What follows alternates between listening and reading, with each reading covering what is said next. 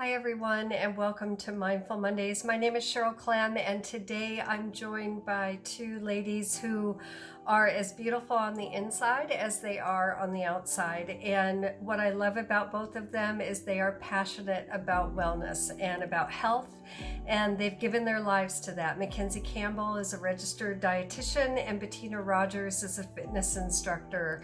And both of them have great ideas for us and inspiration and thoughts about how to get back on track now that things are starting to open up a little bit and just keep us all healthy and well during this time. So enjoy today.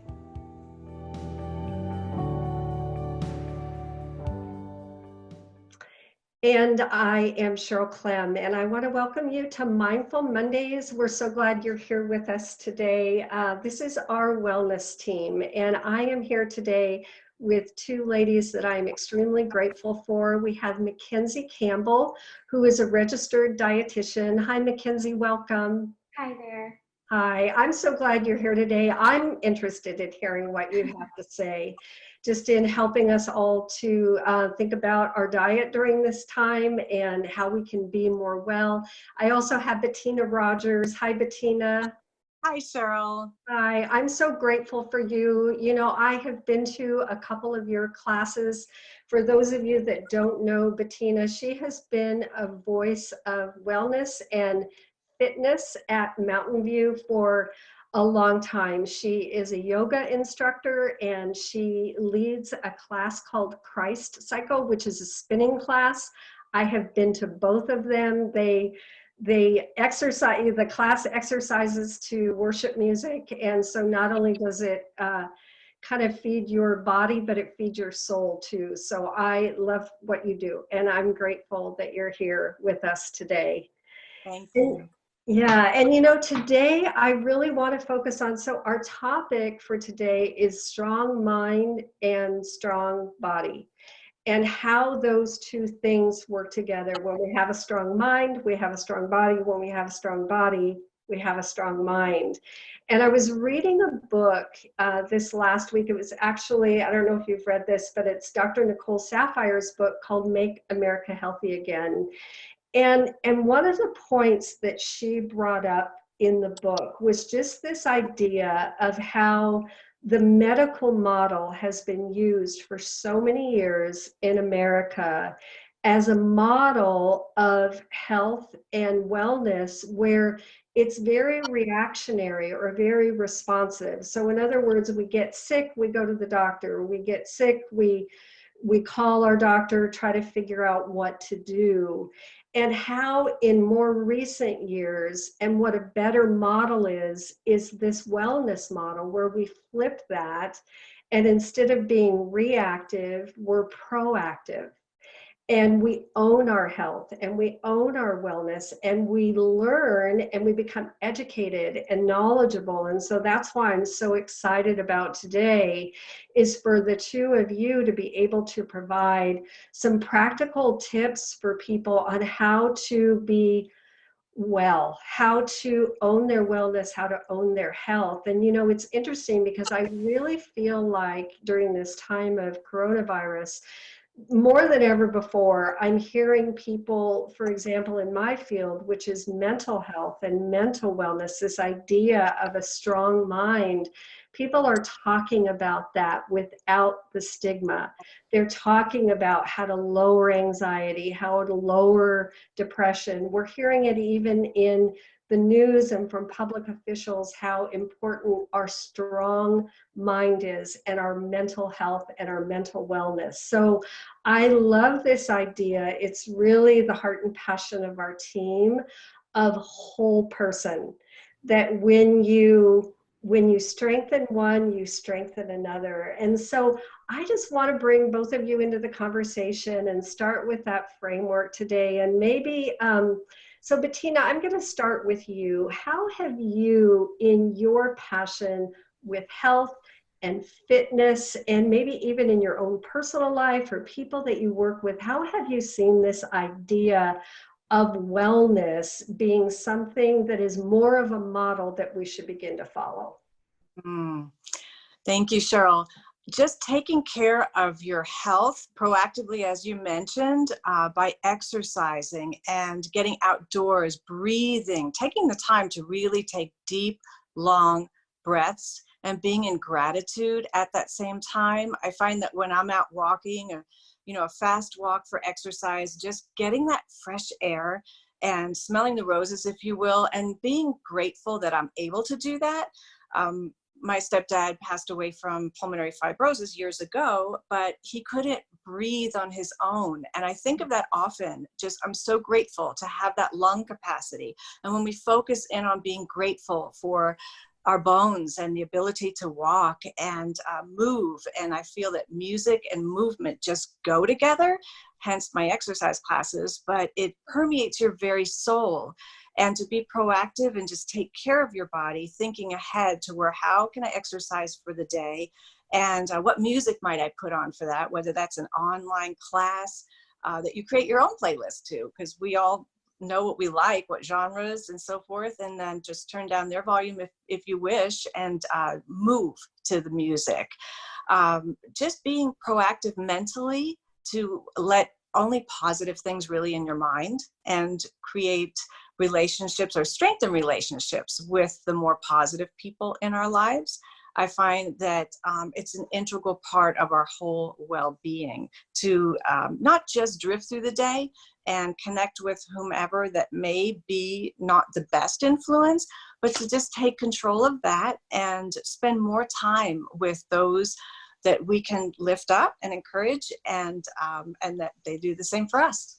Yeah, Bettina, you bring up two what I think are really important points. One is to be intentional, to be mindful of it. And I loved that idea of not only putting it to music, but the movement, putting the movement to music, then visualizing with gratitude your body, taking in, like I'm strengthening my bones, I'm feeling my lungs breathe, being more mindful, bringing that mindfulness into the exercise, feeling the fresh air, seeing the environment and the flowers and the trees. And there's even great research that talks about how our engagement with the environment is so good for our mental health as well as our physical health. So that is a great framework for us to start from. And so Mackenzie, let me ask you, so you're a registered dietitian, so your expertise is what we put into our body, what we eat, our diet, and I would imagine strengthening our immune system. So talk to us a little bit about wellness and wholeness as it relates to what you do. Yeah, so gosh, you guys are speaking my language. I love everything you've both said so far. And Bettina, when you talked about stepping outside and breathing in that fresh air, I love that God designed that in so many ways to be so important for us. In doing that, we're getting this beautiful nutrient, vitamin D, from the sun, and that is huge. There's so much research going into vitamin D and its role in our immune function. So getting outside, getting that fresh air, that vitamin D from the sun, it doesn't even take that long. We can get outside for 15 to 20 minutes with our face and our arms and our legs exposed. And that's enough vitamin D for your daily dose, which is really cool. I think that's beautiful that it's nothing we have to buy, or that it's a blessing from God, and that is so cool. That's how he designed it. So I love that you guys talked about that. And going on that path with talking about the immune system, we do know that the mind-body connection is so important in our immune function. Even in recent years, they've started researching a lot about what that means. So basically, what we put into our body through food, even stress, all these things that affect our mind and our body, those go straight to the gut, which makes up our microbiome. And our microbiome is about 70 to 80% of our immune system. It lives in our microbiome. And that is going to impact our health, our ability to fight off diseases, things like this virus going around. So food, nutrition, exercise, being outside, and especially stress as well, all these things, this mind, body, spiritual connection, they totally play together in our immune function, in our overall health, in our ability to fight off these diseases.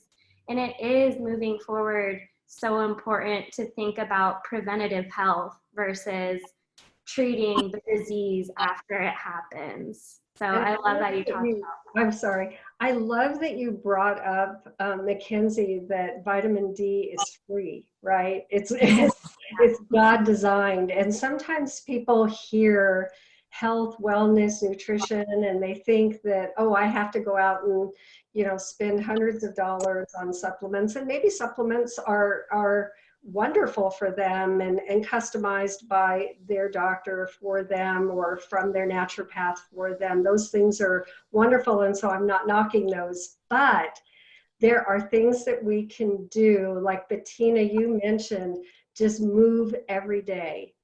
Something simple, just that goal and that idea. I'm going to move today, and I'm going to breathe, and I'm going to move to music. I'm going to move my body. And then Mackenzie saying just, 15 minutes out in the sun, and it's free. And, it's so interesting because I have a news feed, and I can't tell you the number of articles that I've seen more recently than ever as I'm scrolling through my news feed. And of course, all this information about coronavirus and what we need, how many articles I've seen on vitamin D. Yeah.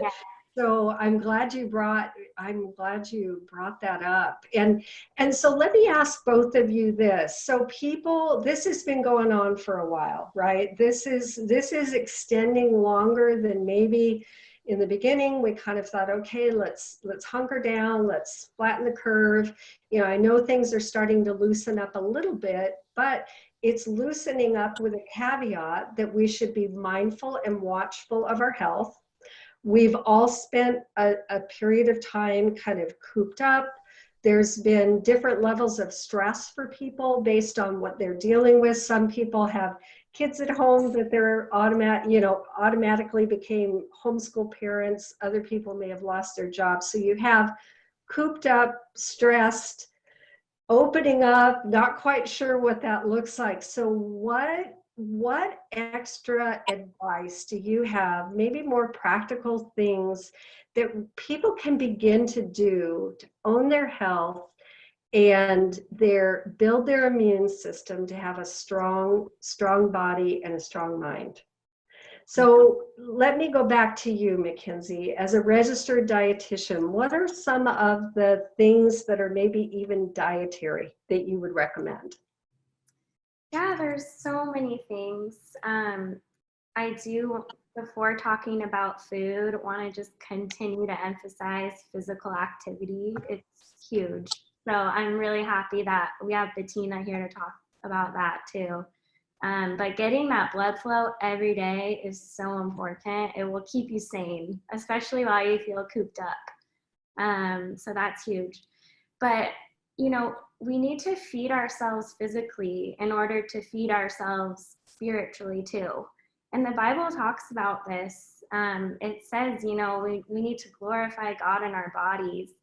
And a lot of times we forget that means, our physical body. Our connection with God is not just spiritual, but it's very physical. So we need to keep our bodies healthy and honor ourselves in that way, honor God in that way. And obviously food is life. We need food. It's everything. So it's important, what we put in our body, it's directly going to affect how we're operating. It's going to affect how we treat ourselves and treat other people around us. So it's important. We need that energy. I know very well the feeling of when I get thrown off my routine, especially during the first few weeks of this quarantine. I felt really off. You know, I wasn't going to work as much, and I just wasn't sure what my routine was yet, and my eating was really off. So I know that that kind of affected me. So talking about like just practical things that you can do every day. Number one, I just kind of touched on it, but having a routine is really important. And you know, that's talking about your whole day, but so many things affect that. So whether that means waking up at the same time every day, if you got laid off of work or furloughed or whatever that means, if you're working from home, it's helpful to wake up at the same time every day. Start your day, maybe have some solo time in the morning to yourself, wake up a few minutes early, connect with the Lord, have some prayer time, drink your coffee, and really make that part of your routine. Eating your meals at the same time, roughly the same time every day, is really helpful. And you know what, Mackenzie, I'm so glad you brought that up. We've talked a little bit before about routine and how important that is, but I loved that you brought up the idea of sleep, because sleep has been known, and there's more and more information on sleep and the importance of sleep. It is actually the single question that I ask almost every client, almost every time, is tell me how you're sleeping, because that will tell me how someone is doing mentally and emotionally. Is their head foggy, or do they have clear thinking? If they're getting that rest for their brain, and if their body is operating in a circadian rhythm. So our circadian rhythm is the time we go to sleep and the time we wake up. And we're learning more and more about the importance of that to our physical health. That circadian rhythm matters. Yeah, there's a doctor actually at Scripps in San Diego who's doing a lot of research on circadian rhythm and how that affects our metabolic health and our eating. So he's finding that when that's all thrown off and we're not sleeping well, or maybe we're eating really late at night, it's throwing off the circadian rhythm, making us hungrier during the daytime when you're not getting good sleep.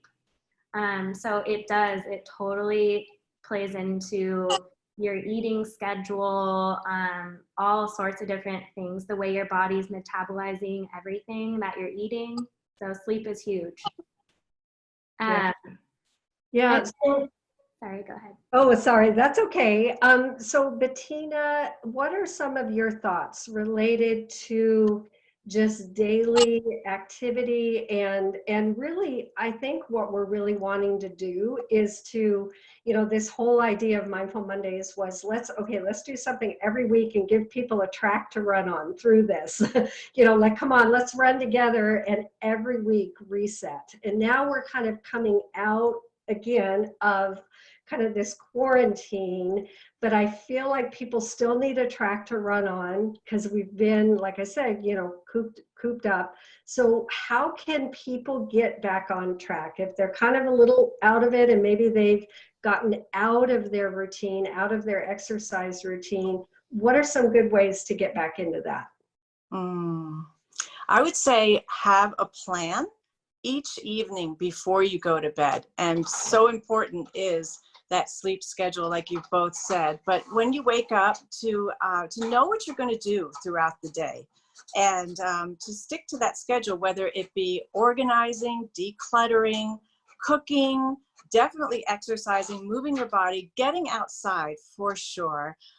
Maybe if you're doing an online class, a fitness class, you involve your children if they're with you, and just make it a family affair. And then having your separate time from the people that you live with, and just having that quiet time first thing in the morning for sure, connecting with God. He gives us strength like no other, and peace as well to really tackle what's going on within ourselves, and then also to help others with what might be going on with them. So basically having a plan, keeping balance in our lives of not having too much of online or news or anything in the negative at all, just having a nice balance and keeping with the positive in our relationships and in our activities, just keeping that balance. And then one other thing is humor, just to really keep it lighthearted. We can just drag throughout every day, and exercise helps to alleviate that because the endorphins kick in and it really gives you strength to just move forward and to get more accomplished if that's what you'd like to do. But to keep a sense of humor, to really look for the fun and the funny in situations and ourselves, I think is just essential. Yeah, I think those are two really great points, which is to bring others into it, but also have your alone time with it. Mm. And then also just this idea of humor. And it's so important just to have a good kind of, it's good actually for our physical body when we laugh. It releases things in our brain and in our body that are very, very healthy for us. And so I love that. That's great. So ladies, I'm going to ask you, our time is short, but wanted to just ask you, so we have, again, this idea of wholeness, wellness. I love that both of you brought in different aspects of spirituality as well. This is the caring for our body, the wellness includes our spiritual health as well as our strong mind and our strong body, and they all work together. So what are maybe one or two closing thoughts, and it can be about any of those things, body, mind, spirit, that again you think now during this kind of from where we're at with this whole pandemic and needing to get out and about now and back on track, one or two closing thoughts that you think would be most helpful for people. Mackenzie, we'll go back to you. Yeah, so a couple of things. Number one, I would say if you're looking for just where do I start, have a plan like Bettina said, and just really make 1 to 2 attainable goals per week for yourself. Whatever that looks like, maybe it's I'm going to cook 3 new recipes this week, new healthy recipes this week, or maybe I'm going to prep meals for 3 days this week to make sure I'm eating healthy throughout the week. Maybe it's, I'm going to make sure I get outside and walk for 30 minutes each day this week. Whatever that looks like, go just set 1 or 2 goals for the week and go from there. Maybe you feel like, okay, that was super doable. I'm going to move on and add in another goal. And then as far as nutrition goes, just keep it simple. Try to incorporate more fresh foods, more fresh fruits and vegetables daily, instead of always defaulting to something that's packaged or pre-made or takeout. Just get fun, get creative with it, involve your kids in the cooking process or in the selection process. Let them help you choose. They love to be involved and have a decision in what they want to eat. And aside from that, if you don't have the means to have fresh fruits and vegetables, we have people at Mountain View on the care team who can assist, in grocery delivery and different things like that. But it doesn't have to be super strict, like a diet. It's just little simple things to help you, eat more fresh things, nutritious things throughout the day, things that are a little more nutrient dense, and you'll feel better. You'll feel more vibrant and lighter. And again, that will impact your whole mental, spiritual, physical health.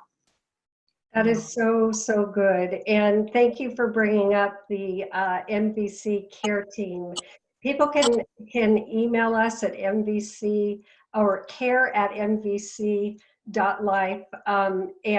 and ask for anything that they might need in that regard, and we will find ways to help you out and, like you said, get you fresh food, fruits and vegetables and those kinds of things. And the idea of small attainable goals, I think, is really, really important. If we take something that's too big, we're going to get frustrated very quickly that we didn't do it, or we didn't do it soon enough or well enough. And so small, one step in front of the other, small attainable goals is really, really important.